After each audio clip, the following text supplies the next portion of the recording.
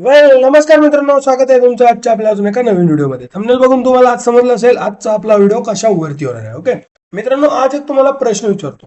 जर सीजीपी आंदोलन देशभर पसरलं, लाखो लोक रस्त्यावरती उतरले, सरकारवर दबाव वाढला, तर निफ्टी 50 राईट क्रॅश होईल का? गोल्ड मध्ये रॅली येईल का? बँक निफ्टी परत डाऊन जाईल का? की काहीच होणार नाही? तर मग या व्हिडिओमध्ये आपण व्यवस्थित न भावना ऍड करता फक्त आणि फक्त लॉजिक आणि इतिहासाच्या आधारावरती समजून घेऊया नेमकी काय होऊ शकतं. चल तर मग सुरू करूया. ओके, आता सर्वात महत्वाचं, सीजीपी आंदोलन का सुरू झालं हे समजून घ्या. शेअर बाजार समजून घ्यायचं असेल तर सर्वात आधी आंदोलनाची जी पार्श्वभूमी आहे, राईट, जी पार्श्वभूमी आहे ती समजणं फार गरजेचं असतं. म्हणजे आंदोलन का सुरू झालं, त्याचा काय इम्पॅक्ट इंडियन मार्केटवरती होऊ शकतो हे समजून घेणं फार महत्वाचं असतं मार्केटमध्ये. कारण त्याचं एक मार्केटमध्ये एक सेंटिमेंट तयार होतं आणि ते सेंटिमेंट मार्केटमध्ये इम्पॅक्टचं काम करतं. ओके, जर एखादा आंदोलन फक्त सोशल मीडिया पुरतं असेल तर बाजारावर त्याचा फारसा इम्पॅक्ट होत नाही. ओके, फक्त सोशल मीडिया पुरतं असेल, म्हणजे सोशल मीडियावरती ट्विटर झालं, इंस्टाग्राम झालं, फक्त यापुरतं असेल तर त्याचा काही इम्पॅक्ट मार्केटवरती होत नाही. पण जर ते आंदोलन देशभर पसरलं, राईट, लाखो लोक सहभागी झाले, म्हणजे खूप जास्त लोक सहभागी झाले, समजून घ्या बरं का इम्पॅक्ट मार्केटवरती कोणत्या आंदोलनाचा होतो. लाखो लोक सहभागी झाले, राईट, सरकारवर मोठा दबाव आला, राईट, जर सरकारवरती खूप जास्त दबाव आला एखाद्या मुवमेंटचा तर एक इम्पॅक्ट होतो, किंवा संसदेचं जे कामकाज आहे त्यावरती जर काही परिणाम झाला. म्हणजे सोपं समजून घ्या ना, आपलं घर आहे, आपल्या घरामध्ये जर भांडणं झाले, ओके, तर आपला हेतू असतो की ह्या वर्षी आपल्याला हे करायचंय, ते बाय करायचंय, आपल्या घरामध्ये ही डेव्हलपमेंट करायची, ओके, हे असं करायचं, हे तसं करायचं, घर बांधायचं, हे डेव्हलप, हे असं असं, ओके. पण जर आपल्या घरामध्ये जर भांडणं चालू असेल तर काय होतं माहितीये का? डेव्हलपमेंट थांबते. ओके, आपला पूर्ण फोकस तिकडे जातो, कारण त्या लोकांचंही काही चूक नसते. कारण घरातले लोक काहींच्या मागण्या वेगळ्या असतात, काहींच्या मागण्या असं असतात, राईट. ते समजायला वेळ लागतो. सेम तसंच आपलं भारत सरकारही चालतं, गव्हर्नमेंट सुद्धा तसंच चालतं. ओके, तर त्याचा इम्पॅक्ट काय होतो हे फार महत्वाचं आहे, राईट. तेच सर्वात महत्वाचं आहे. जर अशा काही आलं, म्हणजे देशभर पसरलं, लाखो लोक सहभागी झाले, सरकारवर मोठा दबाव आला, किंवा संसदेचं जे कामकाज आहे त्यावर जर याचा परिणाम व्हायला लागला, तर नक्कीच इंडियन मार्केट त्याची दखल घ्यायला सुरुवात करतं आणि त्याचा निगेटिव्ह इम्पॅक्ट किंवा पॉझिटिव्ह इम्पॅक्ट हे त्या आंदोलनाची हेतू ठरवतो की याचा इम्पॅक्ट मार्केटवरती कसा होणार आहे, राईट. आता सर्वात मग त्यानंतर जर आंदोलन वाढलं तर निफ्टीवर परिणाम होईल का? ओके, समजा उद्या आंदोलन जर 20 ते 25 राज्यामध्ये गेलं आणि तिथे जर अशा मुवमेंट जर चालू झाल्या, किंवा ह्या जर मुवमेंट जर तिथे पसरल्या, तर मग FI जे आहे, FI मीन्स जे फॉरेन इन्व्हेस्टर आहे, ते काय करतं, ते त्यांचे पैसे सिक्युअर करायला बघतं. म्हणजे भारतातील त्यांना असं समजून येतं की जे भारतामध्ये जे आहे काही दिवस अनिश्चिततेचं वातावरण आहे, सो आपण आपला नफा बुक करूया. ओके, म्हणजे FI काय करतं, त्यांचा जो प्रॉफिट आहे तो काय करतं, बुक करतं. आणि ज्यावेळेस प्रॉफिट बुक होतो, त्यावेळेस प्रॉफिट बुक झाला ते त्यांचा पैसा पूर्णतः काढतात आणि मार्केटमध्ये एक डाऊनफॉल आपल्याला बघायला भेटतो, राईट. परिणाम काय होतो, ज्यावेळेस FI पैसे स्वतःचे काढून घेणे डाऊनफॉल येतो, त्याचबरोबर काय होतं, तो डाऊनफॉल कसा येतो, निफ्टी जे आहे, निफ्टी सेक्टर, राईट, त्यामध्ये सेलिंग प्रेशर वाढतं, राईट. इंडिया व्हिक जे आहे, इंडिया व्हिक्स म्हणजे आपलं निफ्टी फिफ्टी असं एक फेअर व्हॅल्यू आहे. म्हणजे सोप्या भाषेत जर म्हणलं, एक फेअर इंडेक्स आहे. त्यामध्ये भारतामध्ये कशी व्हॉलॅटिलिटी आहे, राईट, भारतामध्ये काय चालू आहे, हे ते मार्केटमध्ये काय चालू आहे हे ते सांगण्याचं काम जे आहे ते इंडिया फिक्स करतं. ओके, जर इंडिया फिक्स जर 12च्या प्लस गेला तर समजून घ्यायचं व्हॉलॅटिलिटी खूप जास्त वाढली आहे.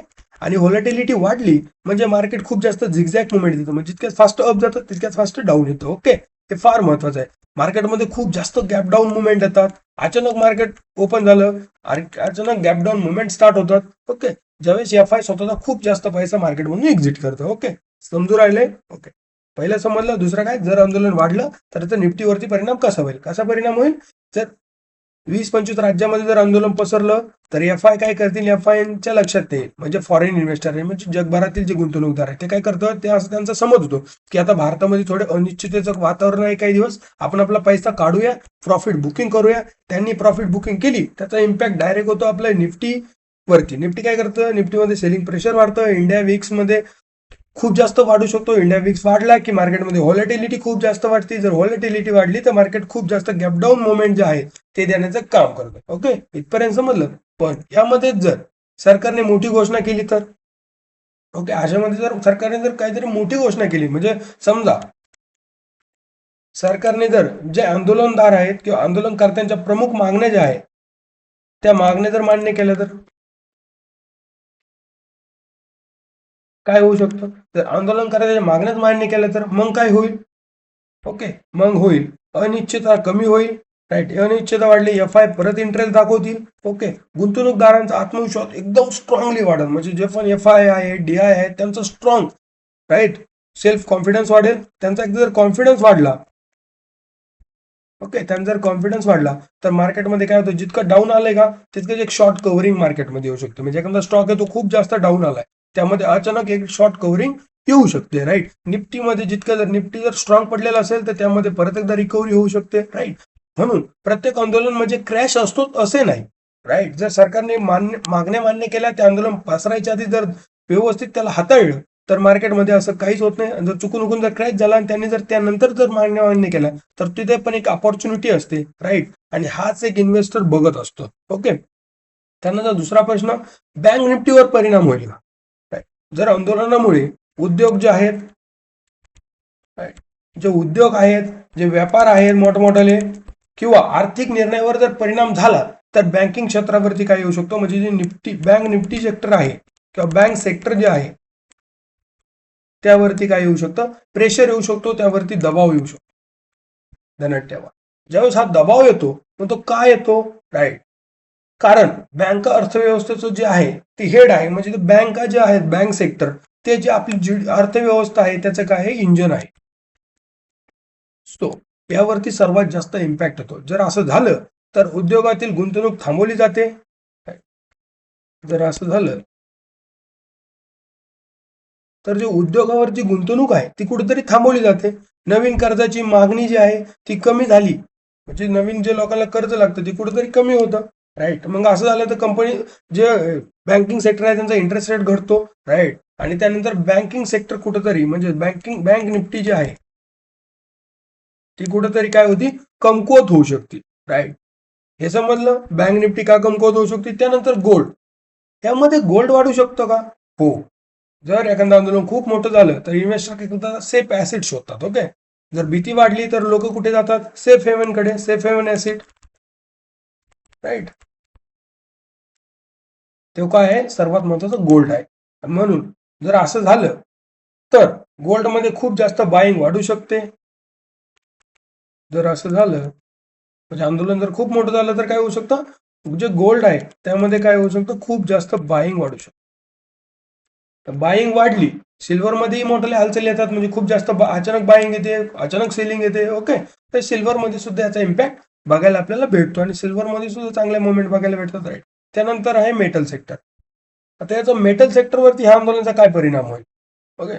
जर हे आंदोलन खूप जास्त वाढलं तर सरकार जे इन्फ्रास्ट्रक्चर प्रोजेक्ट आहे, ओके, इन्फ्रास्ट्रक्चर प्रोजेक्ट आहे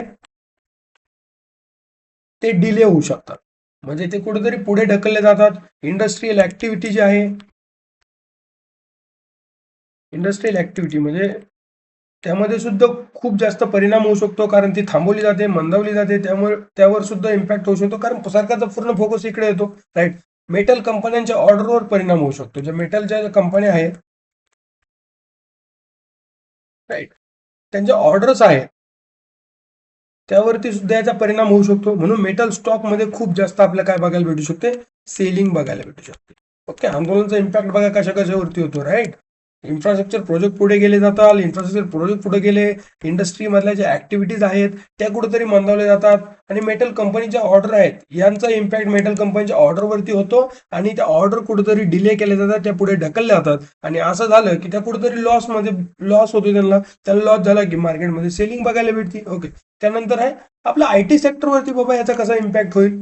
राईट, आयटी कंपन्यांचा व्यवसाय मुख्यतः युरोप आणि अमेरिकावर अवलंबून आहे. राईट, म्हणजे अमेरिका जे आहे त्यावरती आणि युरोपवरती याचा बिझनेस जो आहे तो अवलंबून आहे. बिकॉज आपलं इंडिया जे आहे त्यामध्ये खूप जास्त सर्व्हिस बेस्ड कंपनी आहे.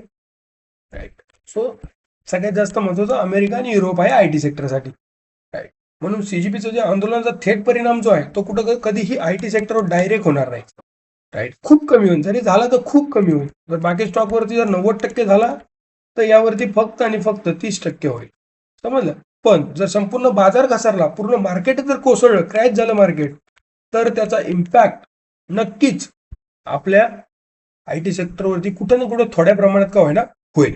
ओके, आता त्यानंतर सर्वात मोठा प्रश्न काय, सगळे म्हणतात की मार्केट क्रॅश होईल, पण खरंच होईल का. उत्तर आहे की त्या आंदोलनाच्या तीव्रतेवर अवलंबून आहे. आंदोलन किती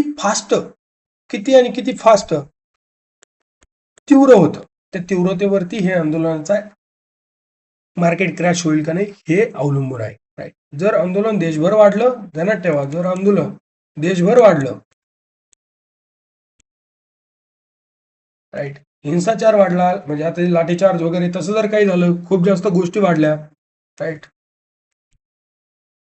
हिंसाचार वाढला, सरकारने निर्णय अडकले, राईट, म्हणजे सरकारने जर निर्णयच घेतला नाही किंवा सरकारने निर्णय अडकून ठेवले, राईट, गव्हर्नमेंटने जे आहे आपल्या ते निर्णय घेतलेच नाही, तर एक होऊ शकतो.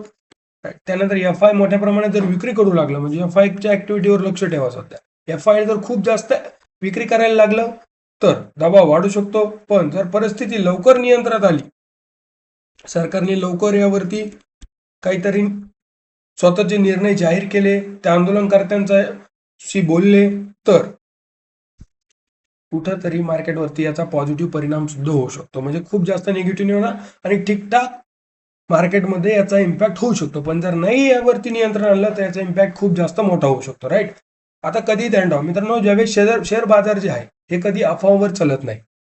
राईट, डेटा आणि भावना ह्या तिन्ही गोष्टींवर चालतो. फक्त आणि फक्त अफवांवर चालत नाही. फक्त माहिती, इन्फॉर्मेशन जे आहे ती काय आहे, राईट, त्यानंतर डाटा काय आलाय आणि फक्त इमोशन ह्या गोष्टीवर चालतो. राईट, आपल्या काय गोष्टी आहे, म्हणून कोणतीही बातमी आली की लगेच बाय, लगेच सेल असं करायचं नाही. आधी स्वतःला प्रश्न विचारा, ह्या बातमीचा कंपन्यांच्या नफ्यावरही खरंच परिणाम होणार का.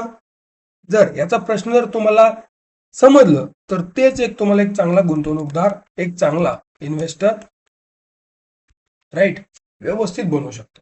पण जर तुम्हाला ह्या प्रश्नाचा व्हाय क्लिअर नाही झाला तर तुम्हाला कधीही ते एक स्ट्रॉंग इन्व्हेस्टर बनवू शकत नाही.